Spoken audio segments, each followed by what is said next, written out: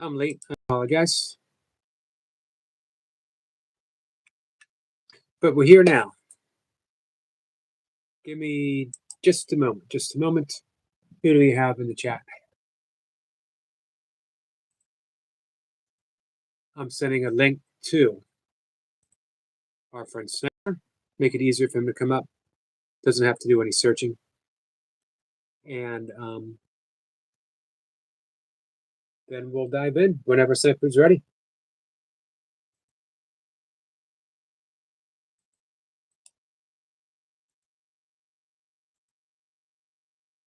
I know he was very excited about his topic tonight.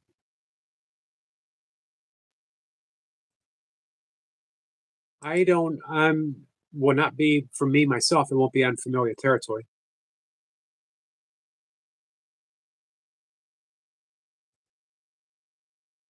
All right, now I'm ready. Here we go. We have Marlon's here. Marlon, my friend, how are you? Selma's here. Hey, Selma. Made my brother smell my feet. It was funny. Yuck. Yuck. Selma's boyfriend, Jackson, calls him babe. Awesome. Friday, you're going to do something fun. I'm glad to hear that. You deserve to do something fun. Going to dance. Going to a dance, or you're going to dance? Dressing up like a ghost. I might be dressing up tomorrow. I know tomorrow's not Halloween, but we're having a Halloween celebration here with Nature's Dog Realm. You know Nature's Dog Realm.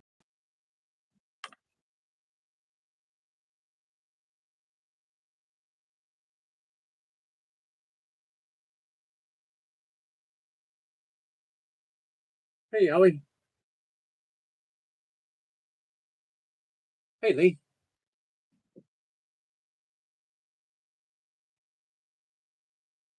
I'm not going to tell anyone what I'm dressing up at, but it's going to be scary. It's going to be scary. It's going to be a surprise. And no, I'm not 100% sure. My beard's getting weird. I'm not 100% sure if I'm going to or not.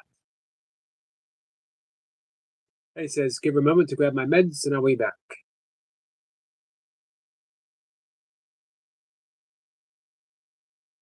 Hey, Long John, how are you, my friend? What's new? Yeah, I was a little low there. I was a little slow. Marlon, you're right about that.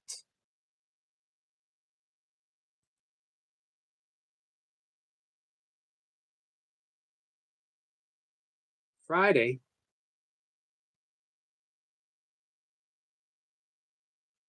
Our guest is going to be Emily Perry. Emily Perry is the co-executor of the Circle of Atonement.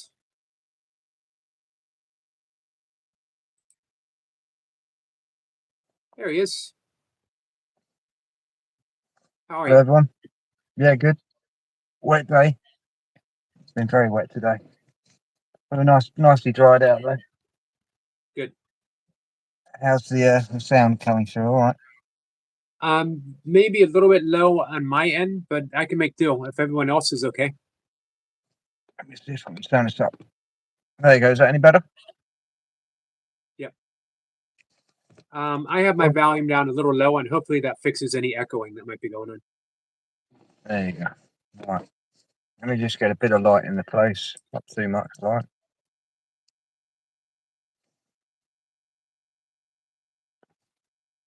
So yeah, kind of excited about this tonight. I say excited.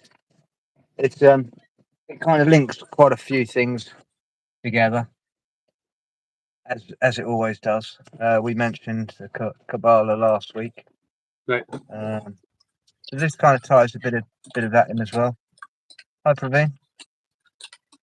Hope everyone's all right. So yeah, tonight we're gonna go deep into an idea that I have. That our mind is brilliant,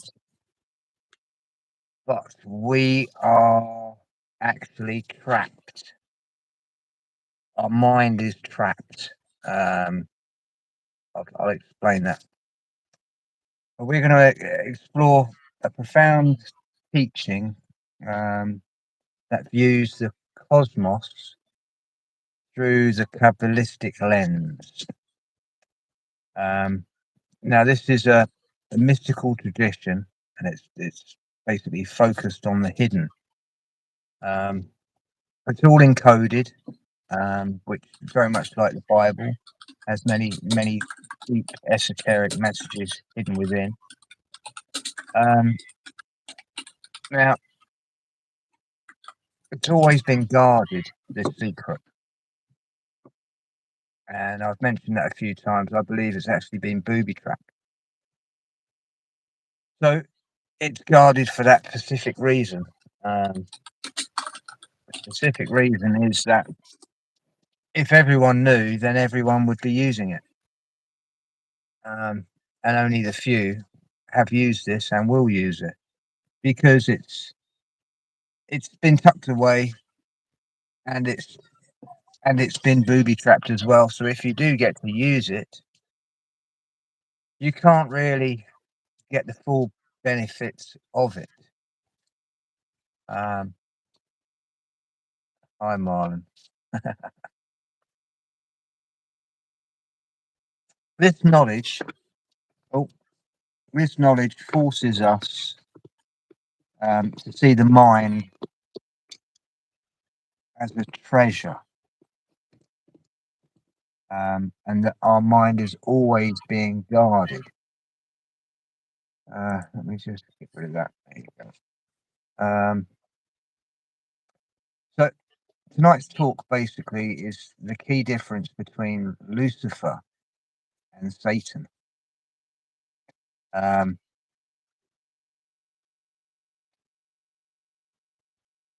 Now we're talking about two different types of energy. Now this knowledge helps us to understand why we struggle through the day with different thoughts, different constraints that we put on ourselves, different beliefs, whether or not we believe them or not. I am indeed inside my van.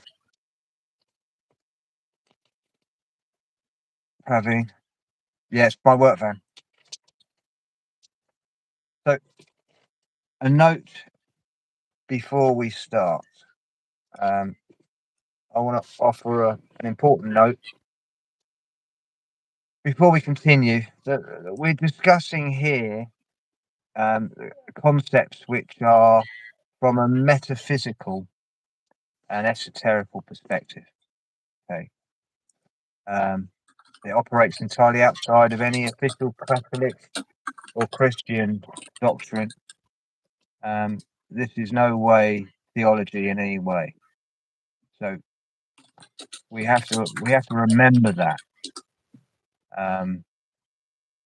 As even though it's written in a book, and we don't follow that book, we can still understand the energies that are coming from this entity that is within the book. We're just reading it as an energy. The church defines these kind of terms precisely, and so we're going to use them here as archetypes. It's an energetic principle. It's not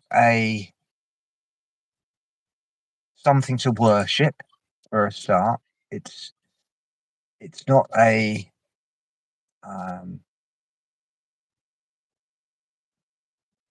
it's as I say, it's not an entity. This is the hardest thing to try and get across when we're talking metaphysically.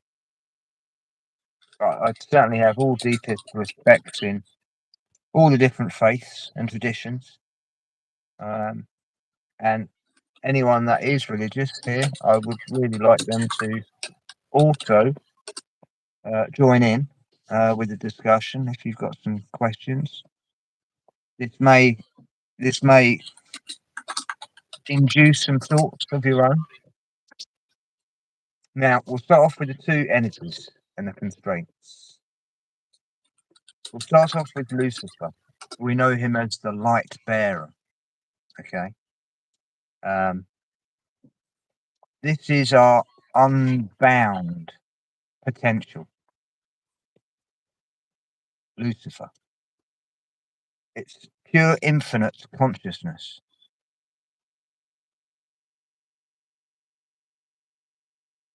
Now, Satan is the adversary. He's the energy of limitation and also of a structure. Are you saying that Lucifer and Satan are two different archetypes? They're two different archetypes. They come from the same source. It's almost as if you're seeing Lucifer as a different perspective. Now, we'll start off with what I've called a paradox of function. Now, if light, as in Lucifer, as we know him, fell from the heavens down to earth. This is a story that we hear. Now, metaphysically, this raises a fundamental question. If the light was simply compressed, does that mean Lucifer and Satan are one of the same, like you've just said? Well, yes, conceptually, they are. They're one substance, one original energy, but functionally, they are radically, completely different. And this is where the confusion sets in. So, for us, living in a dimension, we must keep these two separate, Lucifer and Satan. And it is in magic kept completely separate as well. We have the Luciferian magic and we have the satanic magic. And they are two completely different ways of magic. Now, we must keep them separated, as Lucifer represents the origin, the goal, the unsustainable freedom that we strive for in our lives. But Satan represents the laws and the obstacles, the limits we have to overcome.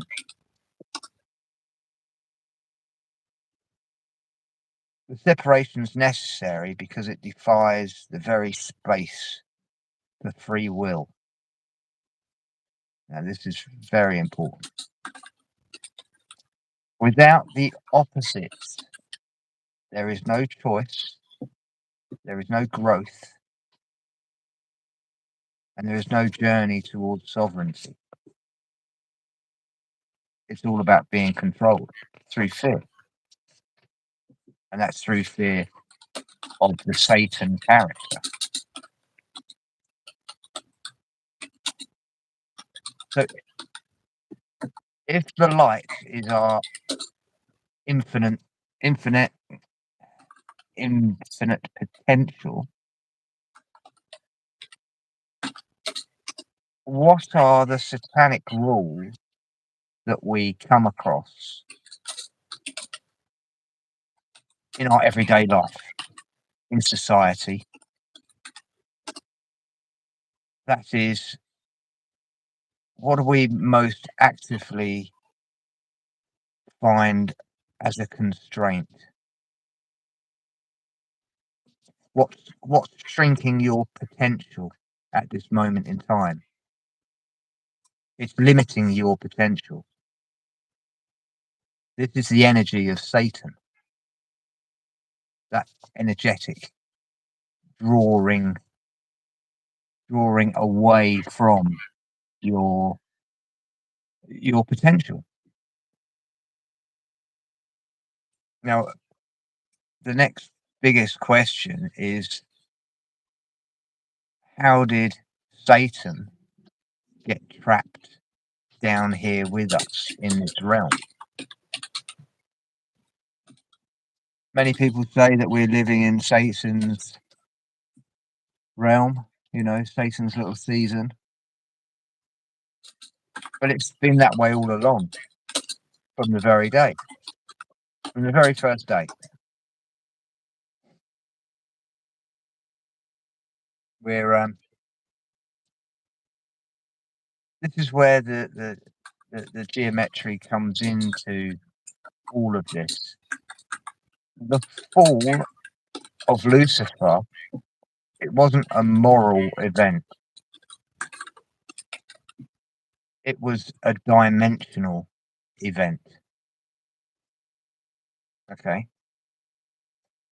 Now, it was a transformation from one energy into another. And the energy was transformed by a certain protocol. Now, we'll call this mode or model.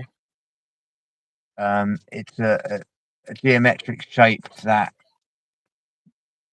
we would call the most god-like pattern, which is the dodecahedron, 12-sided shape.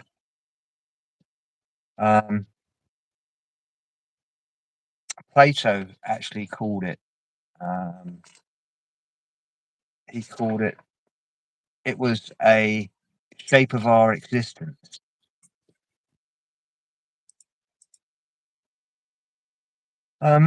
It's the Kabbalistic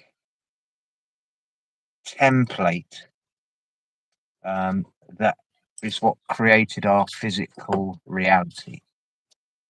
Now, it's quite hard to take it all in, but it means that the construction of the limitations is deeply rooted within the Cabal. They have this phrase called Tzim Tzam, Tzim Tzum. Now, this word actually means contraction. Now, we know the universe is contracting. Well, scientists say that it contracts. For it to have that potential to give it the energy. For the universe to exist, the infinite light,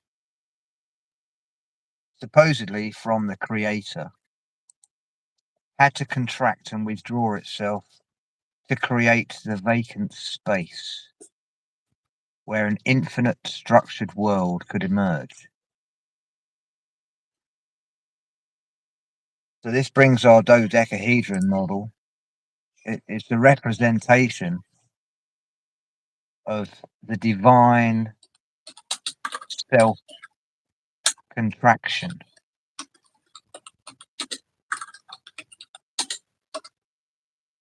This brings us to another symbol called the Magdan David. People know this as the Star of David. It's two triangles, one on top of each other,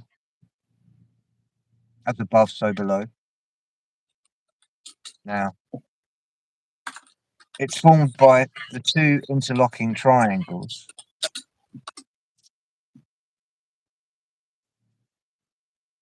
Now this hexagram, of which it creates a hexagon in the middle with the two triangles. It's in many ancient cultures, but the Kabbalistics were the first to apply this to the profound idea of balance. This is where magic comes in again. Magic requires balance. Now, the powers of the Magdalene David, or the shield of David, is not in its creative function. It's more like a map of reality. Essentially, when you look at it, you are seeing the dualistic realm, the two triangles. Now, the construction is key, and it shows that the constraint isn't accidental.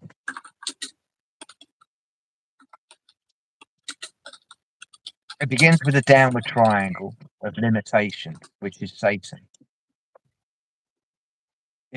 It's imposed by the archetype. And then overlaid over the top of that is the upward triangle, which is the triangle of potential, which is Lucifer. And the two is locked into place. That's the key. It's locked. Now, the star itself is a blueprint of the fusion that we exist in. And we exist within that central shape that looks like a hexagon.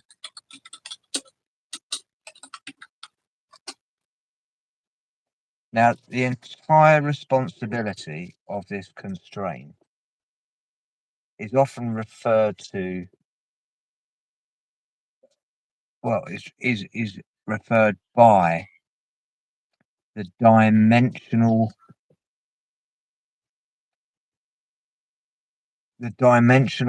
architect we can call God, Source. But whoever created this form, it's built as a stable reality, as in mathematical. Now, they use the dodecahedron as a template.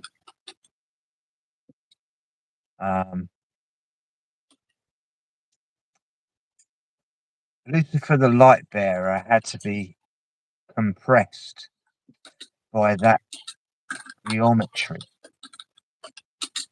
to take up the space and the time in this world. And it was necessary structurally to create in this physical reality, or what we perceive as this physical reality. Now, this dodecahedron shape, it reacts like a geometric filter. When the infinite light passes through this filter, it was compressed and bound by its rules. The energy that resulted was Satan. This is the transformation of the energy. And the only thing that remained was the Satan energy. He's known as this dimensional gatekeeper or prison warden of the dodecahedron, ensuring that the light stays confined and that everything follows the rules of space and time and matter within this realm.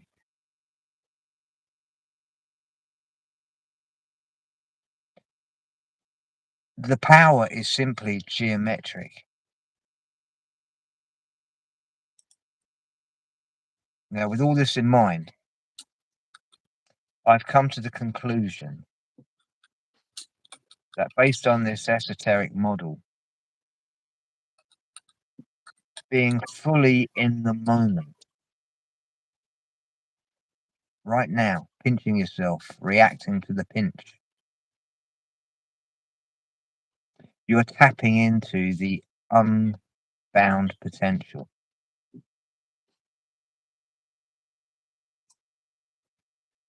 It's as simple as that. It defies the linear past, present, and future, which is associated with the energy enforced by the adversary Satan. Quite a lot to take in. Now, is there any questions before we step to Just the going next? to ask if you wanted to Yeah. do some questions. So, guys, any questions for Squirrel Sniper so far on what's been covered? If you missed something and you want a brief recap,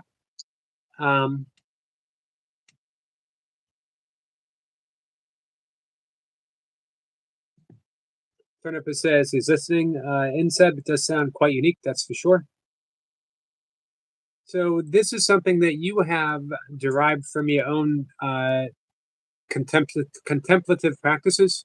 You've taken the basic archetypes. I've taken this from it's used daily by so many individuals, and we just don't tap into it and understand how it works. We do it every day by mistake, and when it works, we don't think anything of it. I will get to that in a little bit.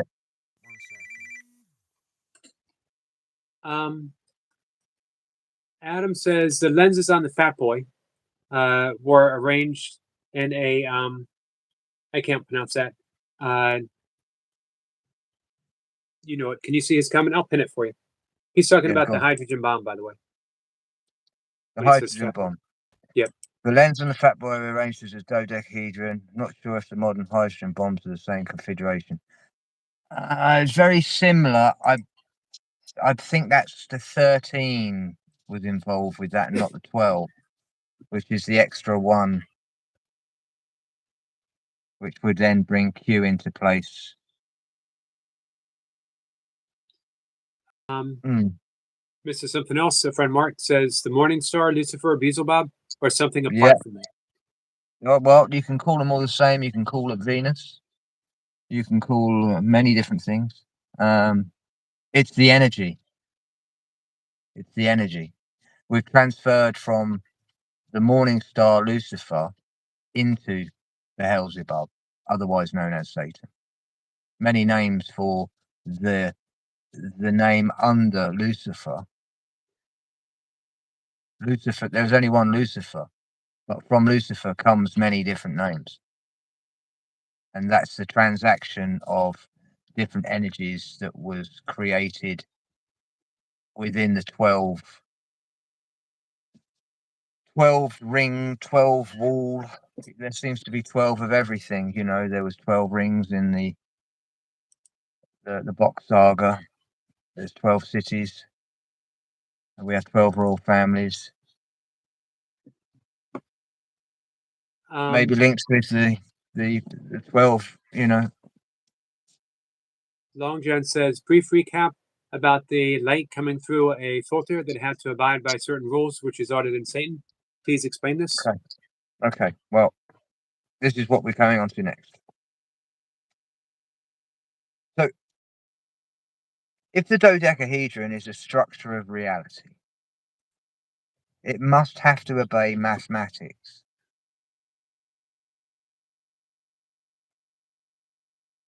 For whom, which scientifically, if there's any scientists and mathematics listening, this would be the only way that we would be able to recognize the walls of this geometric box by the abnormalities that we would see.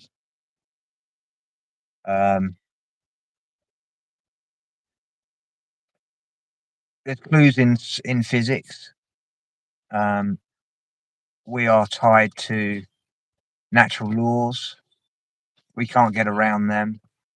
We have density, buoyancy. We can't get around them as a natural law. And the fusion bomb is 12. Yeah. So a question would be, as a personal message, given that we know the constraints of this reality was established by Source or the Grand Architect as a structural necessity, how does the structure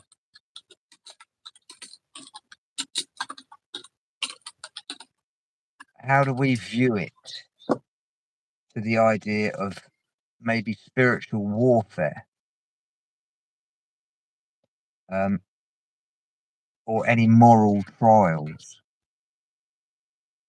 that we fight against within our own beliefs or fates?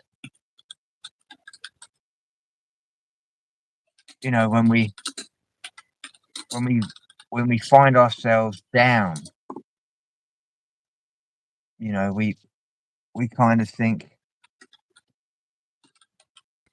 it's something against us.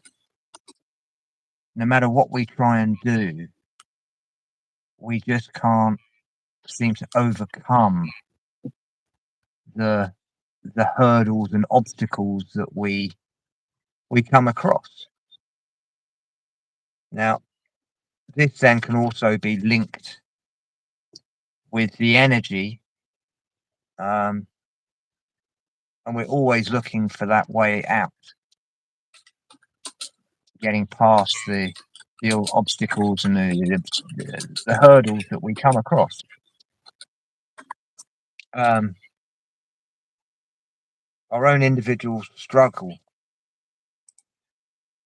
is just to be free from the stress, the strains that we put ourselves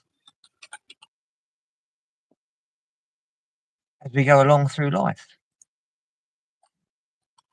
I don't think any of us want to find the rocky road or the hardest path, but we find ourselves riding along it most of the time, for some of us. And those good times, they seem very far and few between.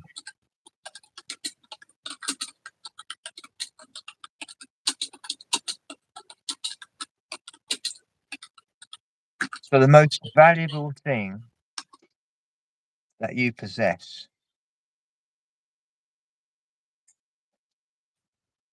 and it's the most contested space of your existence is the sovereignty of your mind. Don't let nothing else take over. You are in control of any thoughts that you want to perceive as your own ideas.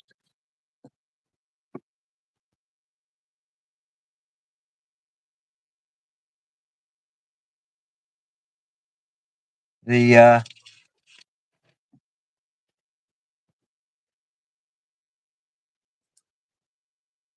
we understand that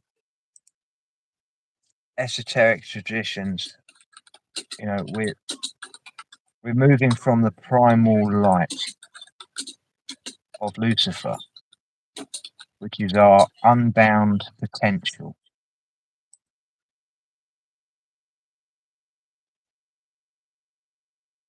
into the constraints of the energy of Satan.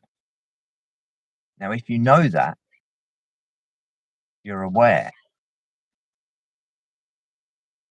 With intuition, you see these laws and you see the obstructions. Now, it's not for a moral battle. It is a dimensional paradox. We cannot see it as a battle, something that we have to fight. We just acknowledge it. The ultimate constraint is the geometric fall of Lucifer when he fell with his energy, the pure energy of unpotential, of unbounding potential, right? We visualize it through the necessity of the transformation of the energy to create a stable environment. We needed to have this stable environment.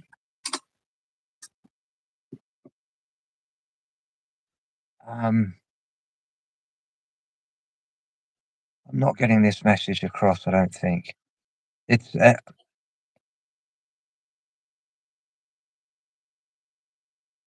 reality that we are in can only happen with boundaries, so we have free will.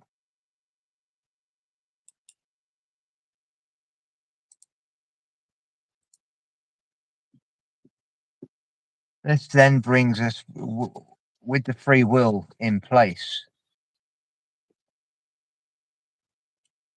it brings a profound truth that the struggle that we are having isn't a punishment.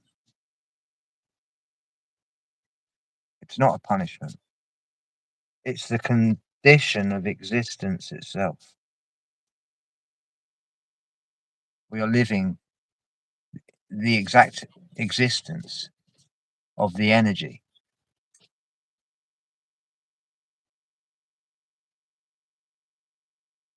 We have the infinite potential,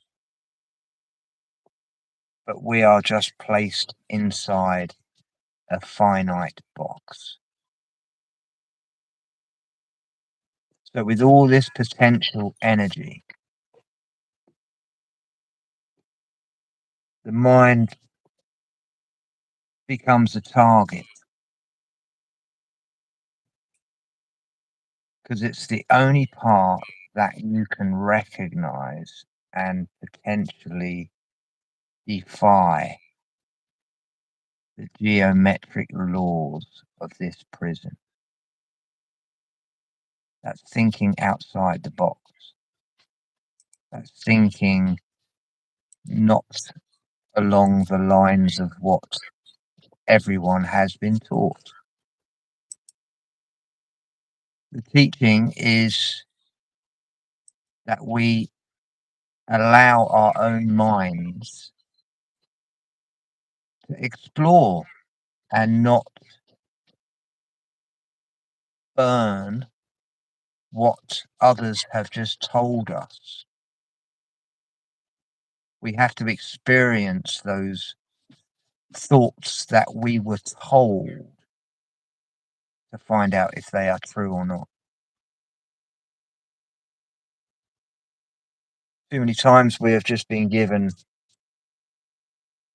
the truth, and then we find out it's not the truth. You know. Hi, Debbie.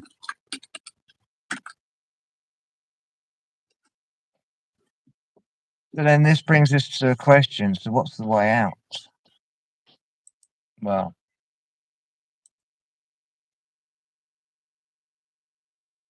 it's all about sovereignty of the mind, sovereignty of your own thoughts.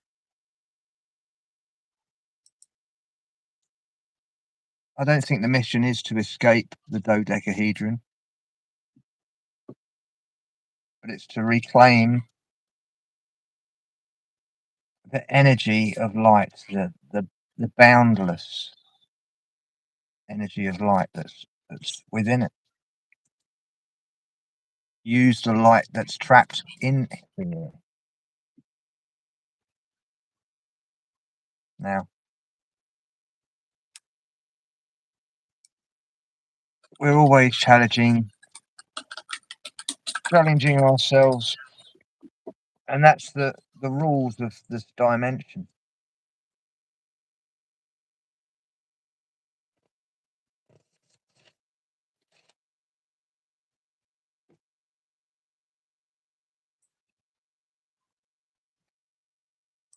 So this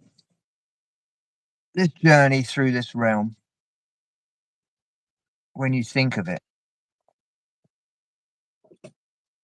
requires you to be your own adversary and your own light bearer. It's to test your limits. And then when you've found your limits, transcend them. It's the only way that you learn.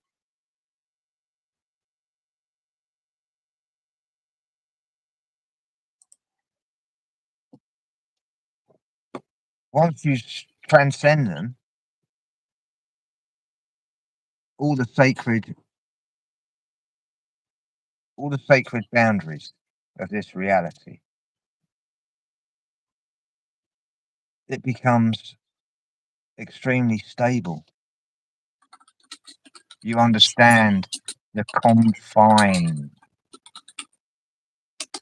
within this 12. You use it for your own gain and for others' gain.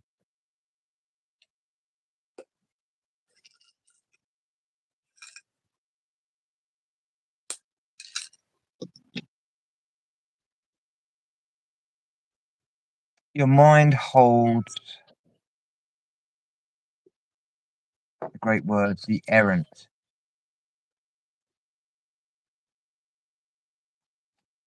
It's the unconstrained light that the system was built to constrain. But you have the potential to produce this light all the time.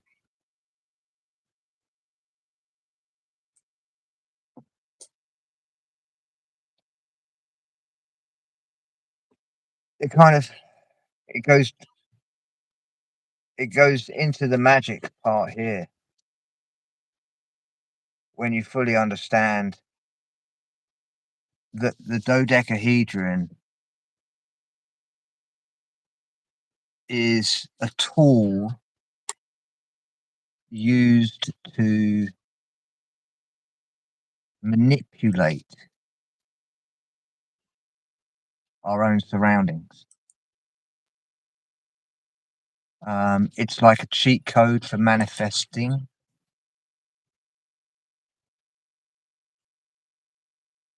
You'll find the people that use it are actually ruling pretty much every corporation known to man,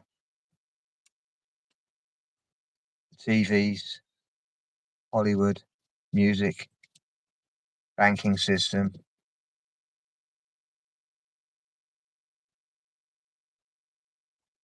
And it goes very deep and it's very ancient. And it is with a constraint. This is why it still works today.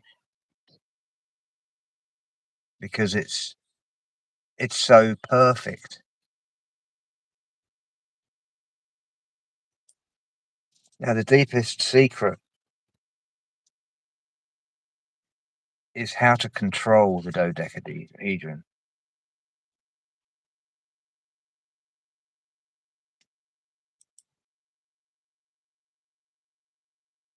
Do you control it so much as do you channel it? Is there a difference? It's both. Now, with 12 faces, the 12 face shape represents the ether, the fifth element. It's the very blueprint of the cosmos. Plato called it the shape that one embraced the universe.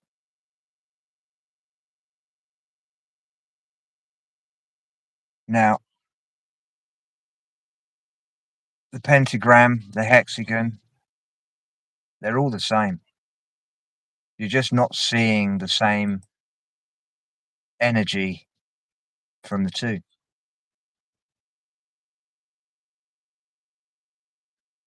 But they're the same shape within its shape from its primordial existence.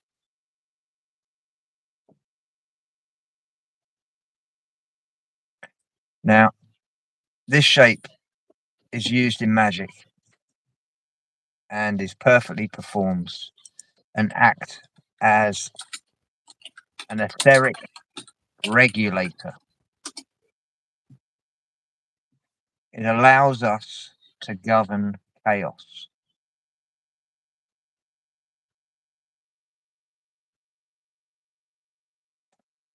It can enforce protection and manifest predictable abundance.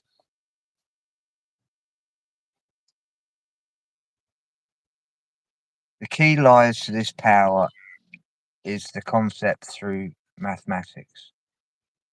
Chaos theory. I don't know if you know much about chaos theory. No, not really. You know, Well, general stuff. general stuff. Yeah, it's right. Well, we just simply break it down. The theory is that the idea is that small changes can lead to vast, unpredictable outcomes. The butterfly effect. You change one little thing along the line. Now, in magic, the practice is about using the dodecahedron to turn a random flap of a butterfly's wings into a stable, powerful, correct current of destiny by using the mathematical equation that we are trapped with. So we are using it against itself for our own good. Would you liken that into tapping into the field of intent? Yeah, absolutely. So we have to look at the nature of chaos. Now, the challenge that we face magically and personally is the chaos itself. Now, chaos scientifically is not a random disorder. It's a predetermined order.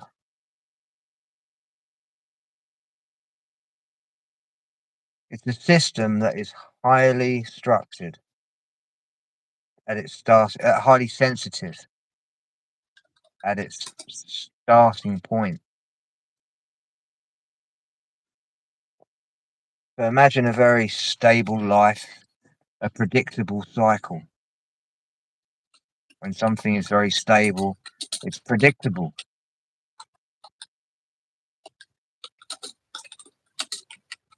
Then one single variable is entered, a parameter,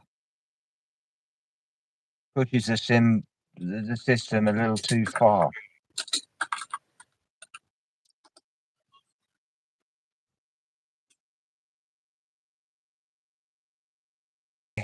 Verification. Split, basically. So we could talk about the split experiment, as this is all part of it. But let's just say that your life simply splits into two cycles and into two possibilities. And then these split into two themselves, so that makes four.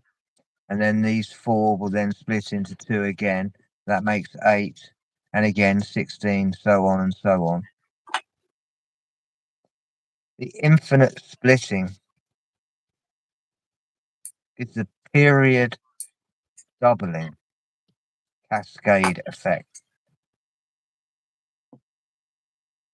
Now, this will very quickly devolve into what we experience as unpredicted chaos that we cannot control. But it was the simplest thing of starting out and splitting into two.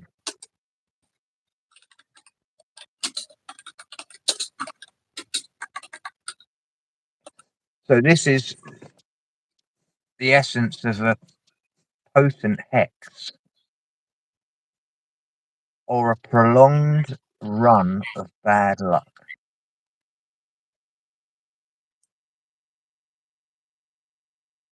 Not a random event. It's a precise, malicious tuning of your life's variables.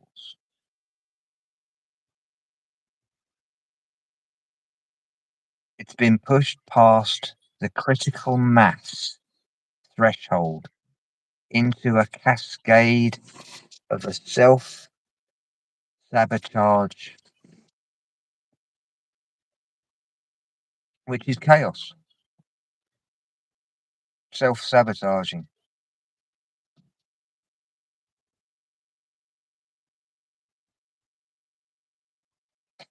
Now, the hex, or the run of bad luck,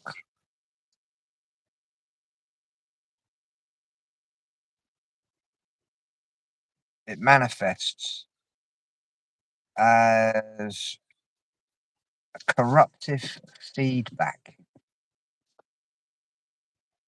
Think of it as that.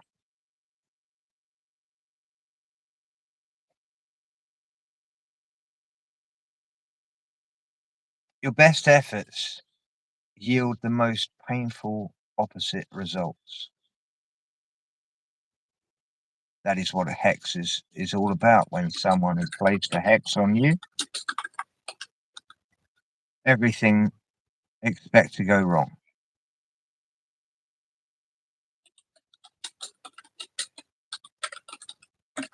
So, with this in mind, our first vital goal is containment.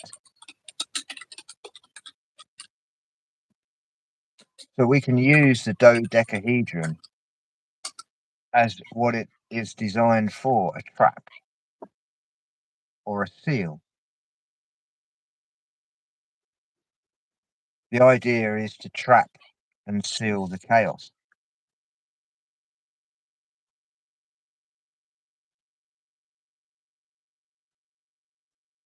The shape can act as a cosmic seal that enforces the stability and absolute predictability like we see in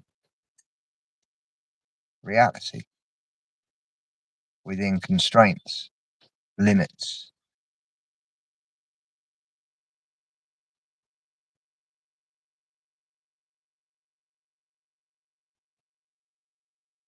Now,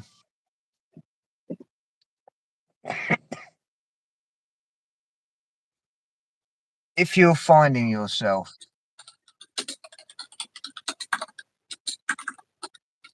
like Salma did last week, she said, "Oh, someone told me they put a hex on me," or if someone just wills ill health at you, you know, there are things that you can do yourself, and you can use this same technique.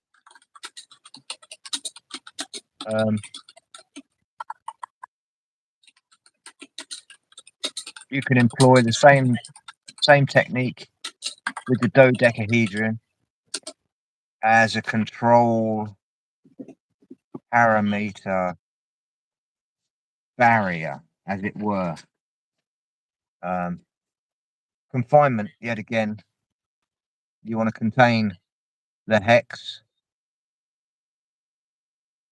and the goal at this point is to visualize the energy of the chaos.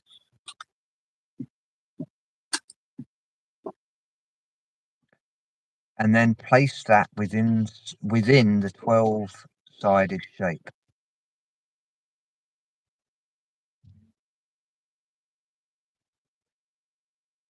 This acts then as an etheric cage, a prison for this energy that's come towards you in your life.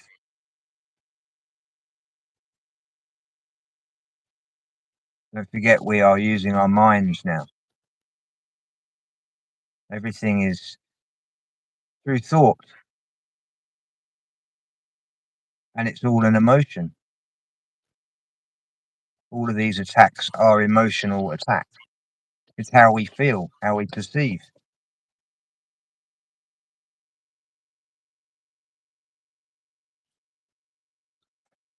So this symbolizing force is a system that controls all the variables. It will instantly put it at the point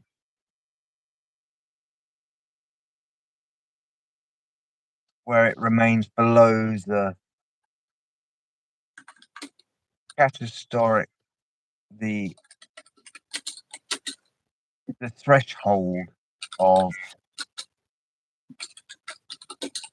the hex itself.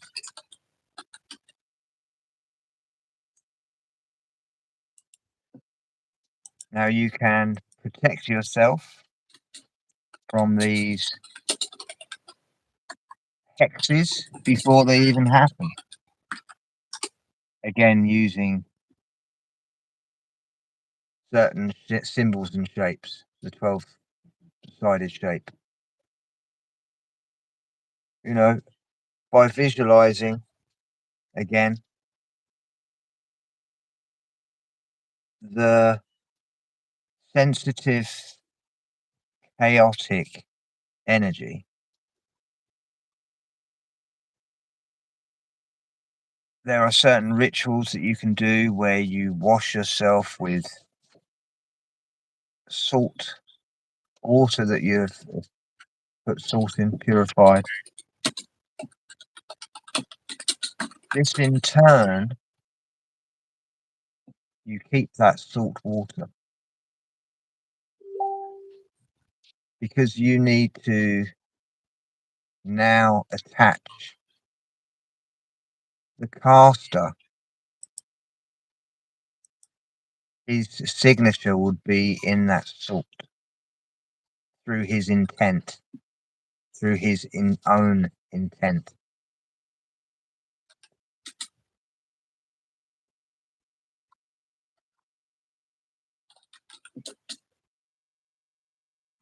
This ensures that any small malicious input, i.e. a curse or a hex or a negative thought, strikes the boundaries of the 12-sided shape.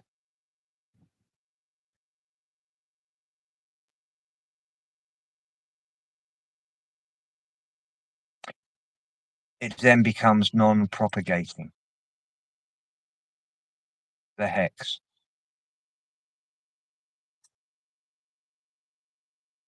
It cannot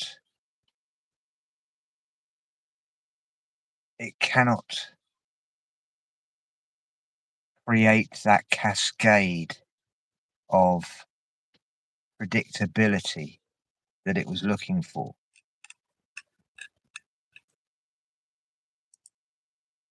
It imposes a zero sensitivity to negative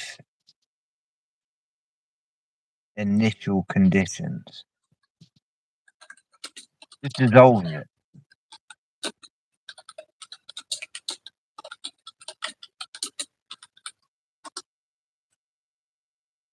There's the act of reversal.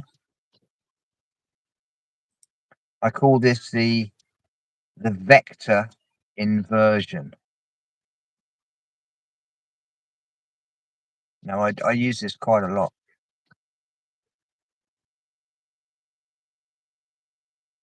Now, to complete this defense, you directly have to deal with the caster themselves. Now, this isn't about retaliating with any new malice whatsoever. We simply execute magical justice, as I put it.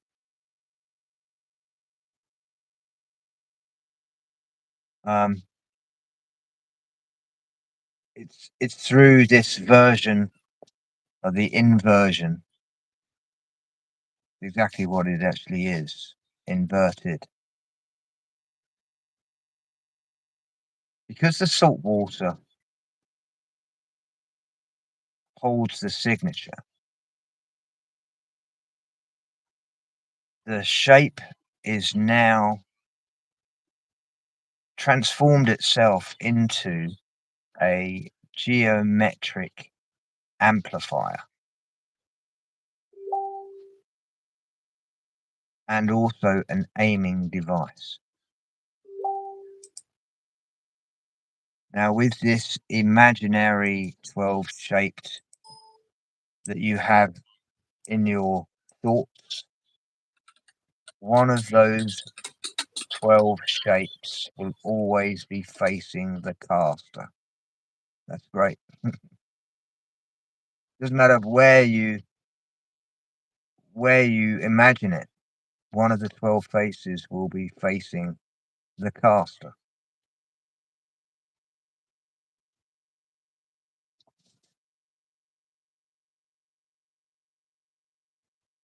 Through focused intent, we command the caster's chaotic pattern to return to its source. And in doing so, the caster's own negative energies, with its direction, it's invested, it's forced back into its own personal system, creating chaos that they initiated in their own lives. So it's karma, but you are You are initiating it yourself. Now, I believe karma would have come around anyway, but we have this power to intervene with our own knowledge and our own sovereign thoughts, where we're not tied down with certain beliefs that we can't do this, we cannot do that. You know, our brain is so incredibly clever, like I said at the start. But we are trapped, we are controlled through our emotions and thoughts. The nocebo I mentioned. You know, there's one terrible story of a prisoner who was on, I don't know what he did, but he was being sentenced to death. And they decided that they would try a new way. They told the prisoner he will still die, but they told him that they would not poison him, not electrocute him, but they would just let him bleed out. They would make a precise cut in the jugular, and they would just let him drain away. They went through the whole motion. They had him tied down, strapped down in the chair. There was a huge bowl placed under his chair. His hands were placed down by his sides and strapped. And they placed a feather over his jugular. And they opened up a tap of liquid that made the sound of dripping.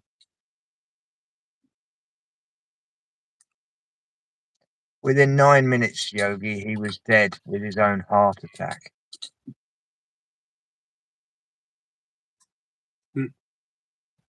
He killed himself. You call that the reverse placebo? That's the nocebo.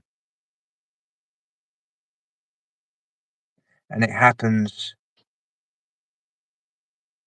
in many different ways because it's through our brain, through our mind, on what we have been told are limits.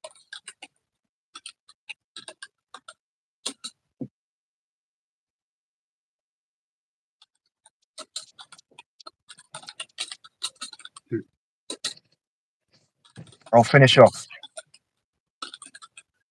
Okay, a few minutes for questions. Yeah.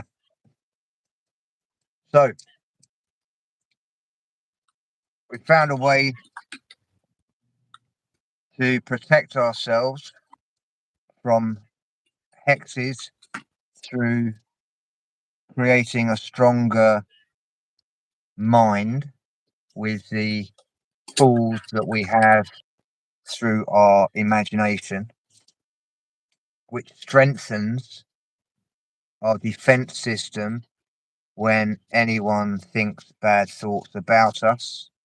We will automatically go, "Poof, that makes no sense. You know, it's just a thought. I don't have to think that." And I don't think it. It's when you do take it in, you do take it personally.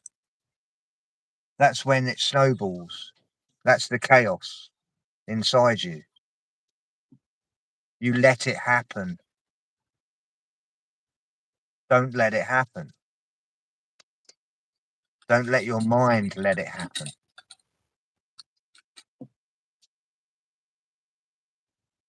So we want abundance. We want flow. And the key to this is the golden ratio. The word I know you love saying so much, the Fibonacci sequence. I did get it right. I haven't pronounced it since did. I got it right that Very one time. good. You could just say phi. I'd probably mess that up too. Yeah, PHI. Now, this ratio governs the dodecahedron. This is the great thing about it. Now, this is why the Fibonacci sequence is used in magic. It is the number system that creates abundance, where we are in Satan's little world where there are limits. Now, we see the Fibonacci sequence everywhere we go, from our fingerprints to a little cat that's curled up in its little bed, to ferns opening up every day, closing every night.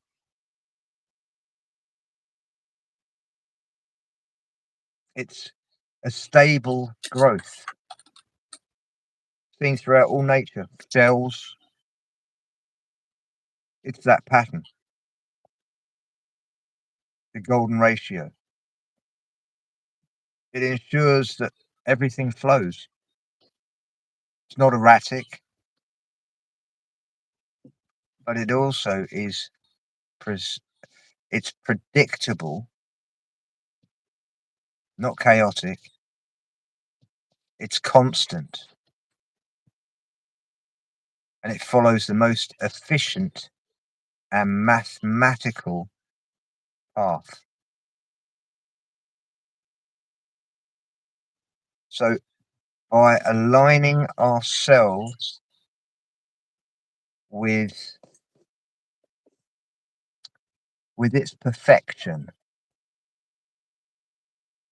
we can move beyond being subjected to random chance, and we can become the architects of our own predictable, stable, and abundant reality.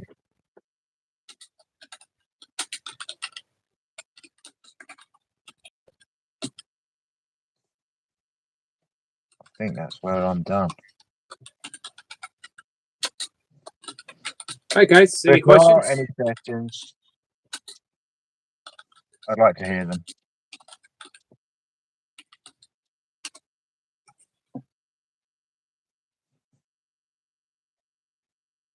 Our friend CC got here a little late, or I'm sure he would have lots of questions. Yeah. Giant owls. Indeed, giant owls. CC says, "Dang it, dang it."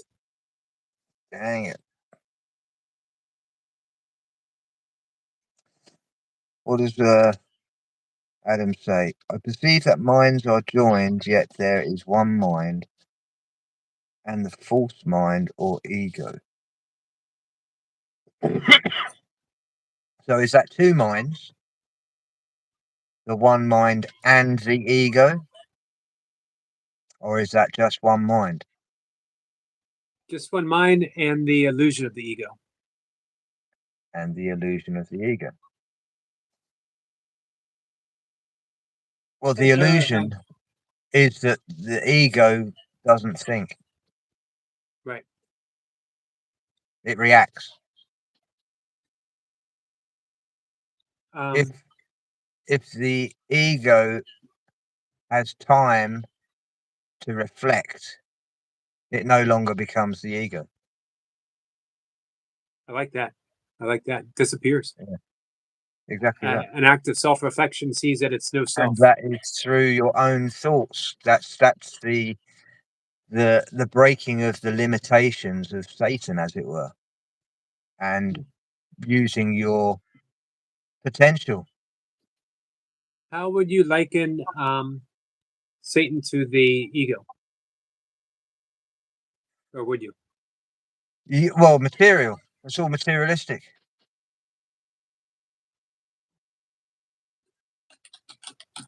The ego will want the fast car.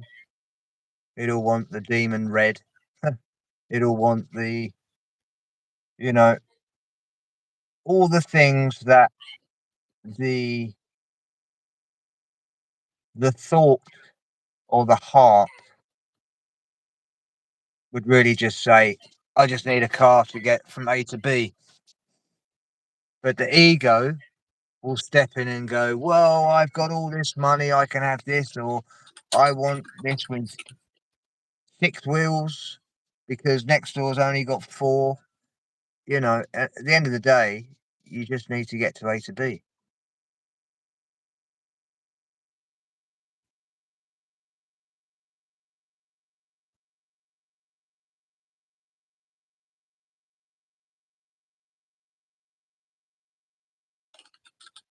Let's not talk about made up characters. Let's talk about the who am I.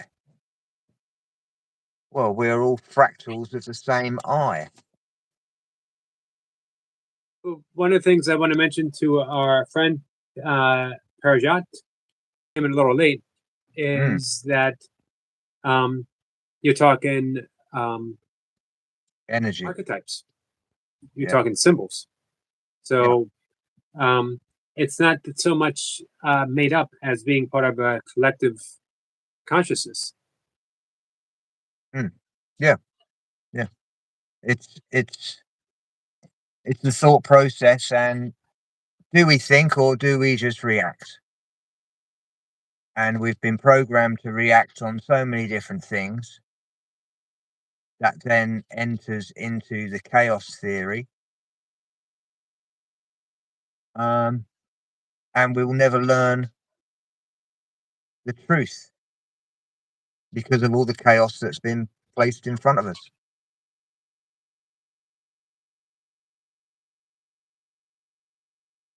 I love the thought that archetypes, the same with the symbols of ego and Holy Spirit, are at once symbols, Yeah. but very real at the same time. That the realm of the imagination. We think of imagination as being completely fictitious, but it has its own magical reality to it. Everything needs to be imagined, inspired before it comes Yeah. into existence. Yeah. It's the moment before the construct where we put things together. That's the ultimate thought process. And then that will lead on to other things, but it's just the initial quietening of the mind that we allow. And when we react because of a pre-programmed response.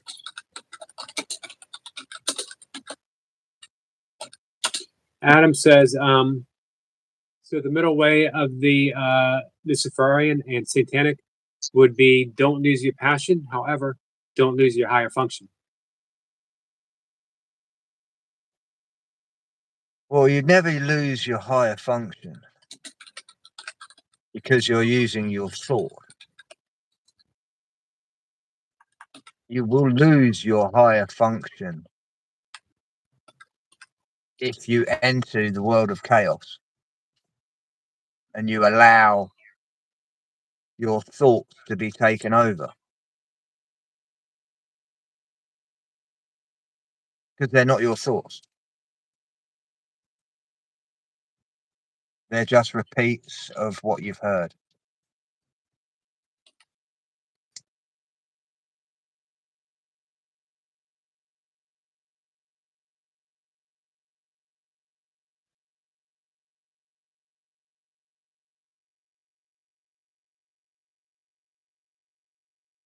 What's that? We are just the information gathering, conditioning.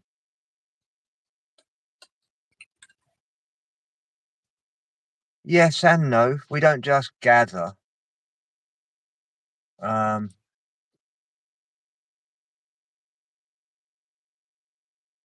We also try and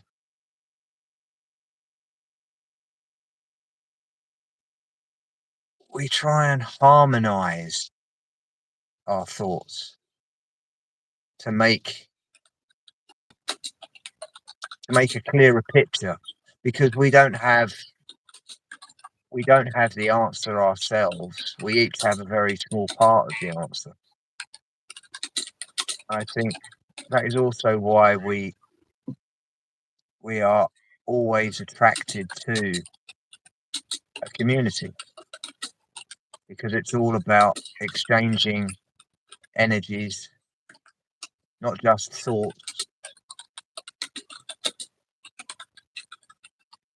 You know, we rely on the same principle of exchanging energy. Sorry. You know, we are designed to exchange energy, whether it's data or emotion.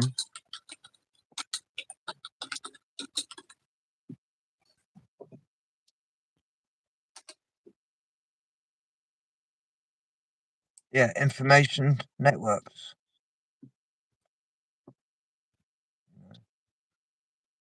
The wide web was military, first of all.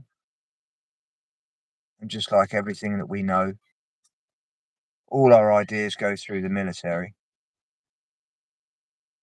We're very lucky to get any ideas that actually come out of the military. But they've all been weaponized. That's for a fact. Everything that we have been given is weaponized against us. The phones that we are listening to this, through right now is a tracking device, and has been a tracking device since day one.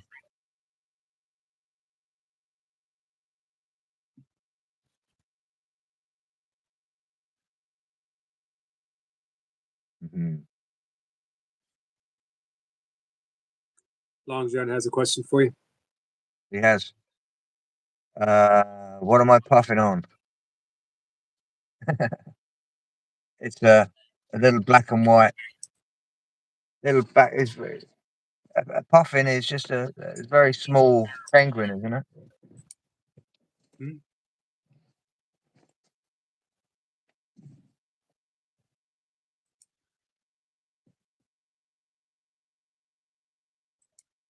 Well, if we have no more questions, we'll begin to wrap it up. Yeah. I don't think there is any. I'll have a quick look through.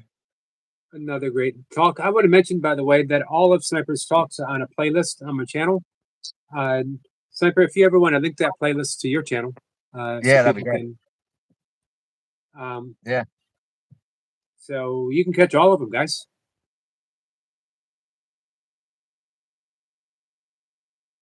There you go. Here's Mr. Something Else. Right, well, I'll jump in the chat. I'll say goodbye to everyone now. And been a good night. All right. Thank you again, Sniper. Pleasure.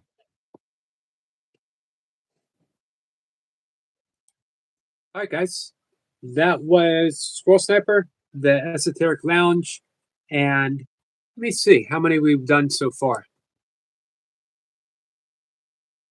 I will let you know.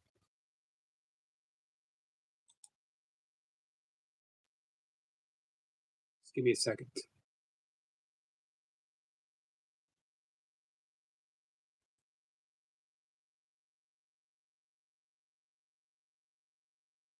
The Esoteric Lounge. We are on, I believe, episode number 7. And continuing. Squirrel Sniper has had something new each and every time. It's always been very informative. It's also been very helpful. One thing to keep in mind, what Sniper is offering should also be viewed in terms of practicality. That if you take it as a practice, you can make some meaningful changes in your life. That's some good things to ask him. How? What do I do? As Sniper talked about before, that he got this derived from his own information and then from his own contemplation, which you could do the same. Sniper, that would be an interesting thing for you to address sometime. The art of esoteric inquiry. What do you think about that? I like that. The art of esoteric inquiry. Good night, Lucy. Let's see. CC says he'll be watching. Yep. Like I said, there's the whole playlist. Seth says, "Hey, Squirrel, where are you located in UK?" He's near Hastings. Project says, "Hi. Am I pronouncing your name right? Parajat? I apologize if I'm not, my friend. I hope I have not offended you in any way." Longest says, "I was asking what Snipers believes about the dangers of AI, and if that will reach sci-fi levels of scariness." People think so. People definitely think so. Long John gives the ultimate compliment. My favorite. Good sniper. Adam says, of the devices, as they are the one mind or the ego mind? It's a good question. Ultimately, it's from the ego mind because it's part of the illusion. Hey, Heavenly, how are you? Does that make sense, Adam? All right, guys. I'm going to head to bed. Tomorrow, Chris, Nature's Dog Realm's coming up. We're going to do our pre-Halloween show. We're going to sing TV theme songs, commercials. We're going to try to throw in some Halloween themed stuff. And Friday, Emily Perry, who is the co-executor, the founder of Circle for Atonement, which is an awesome Course in Miracles hub. I couldn't think of a better word. Production, publishing. They do it all. And they have a wonderful YouTube channel. Emily and her husband, Robert. Emily is very politically active, but she has a very unique perspective, a perspective from the Course.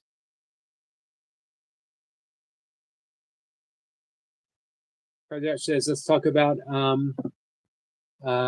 phenomenon and non-nominum, and Immanuel Kant.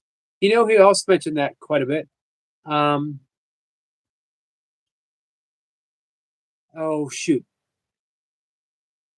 Nisargadatta Maharaj's translator, Balskar. I can't think of Balskar's first name.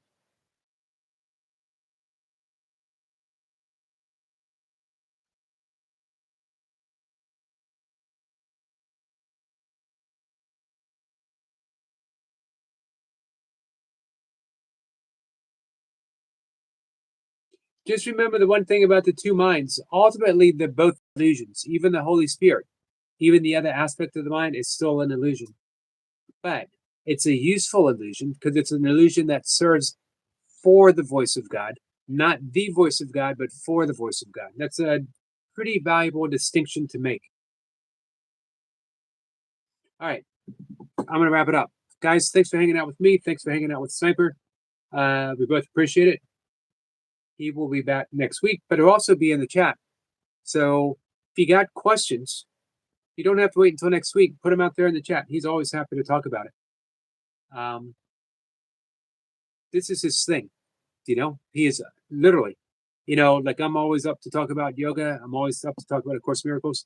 Sniper is always up. He loves to talk about that stuff too. Curious mind. So take advantage of a great source that you have in that conversation. Reach out. And that's it. Guys, I'm going to see everyone later. Love you all.